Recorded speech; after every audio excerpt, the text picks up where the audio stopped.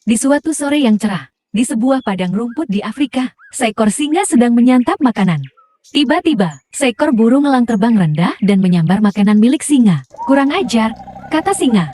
Sang raja hutan itu sangat marah, sehingga memerintahkan seluruh binatang untuk berkumpul dan menyatakan perang terhadap bangsa burung. "Mulai sekarang, segala jenis burung adalah musuh kita. Usir mereka semua, jangan ada yang tersisa," kata singa sang raja hutan. Binatang lain setuju sebab mereka merasa telah diperlakukan sama oleh bangsa burung. Ketika malam mulai tiba, bangsa burung kembali ke sarangnya. Kesempatan itu digunakan oleh para singa dan anak buahnya untuk menyerang. Burung-burung pun kocar-kacir ketakutan dan melarikan diri. Untung masih ada burung hantu yang dapat melihat dengan jelas di malam hari, sehingga mereka semua bisa lolos dari serangan singa dan anak buahnya. Melihat bangsa burung kalah, pemimpin kelelawar pun merasa cemas, sehingga ia bergegas menemui sang raja hutan.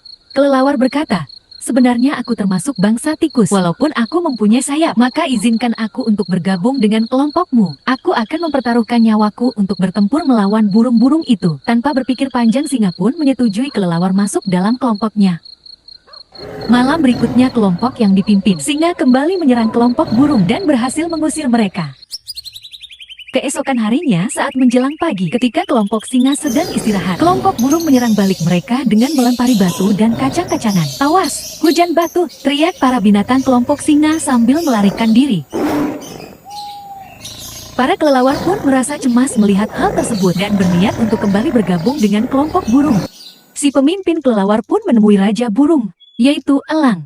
"Lihatlah sayapku, aku ini seekor burung seperti kalian."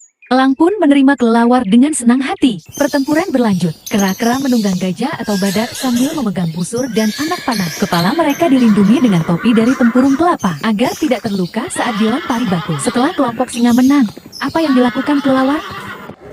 Ia bolak-balik berpihak kepada kelompok yang menang. Sifat pengecut dan tidak berpendirian yang dimiliki kelelawar lama-kelamaan diketahui oleh kedua kelompok singa dan kelompok burung. Pada akhirnya mereka sadar bahwa tidak ada gunanya saling bermusuhan. Mereka pun bersahabat kembali dan memutuskan untuk mengusir kelelawar dari lingkungan mereka. Pemimpin kelelawar merasa sangat malu sehingga ia dan bangsanya bersembunyi di gua-gua yang gelap. Mereka baru menampakkan diri bila malam tiba dengan cara sembunyi-sembunyi.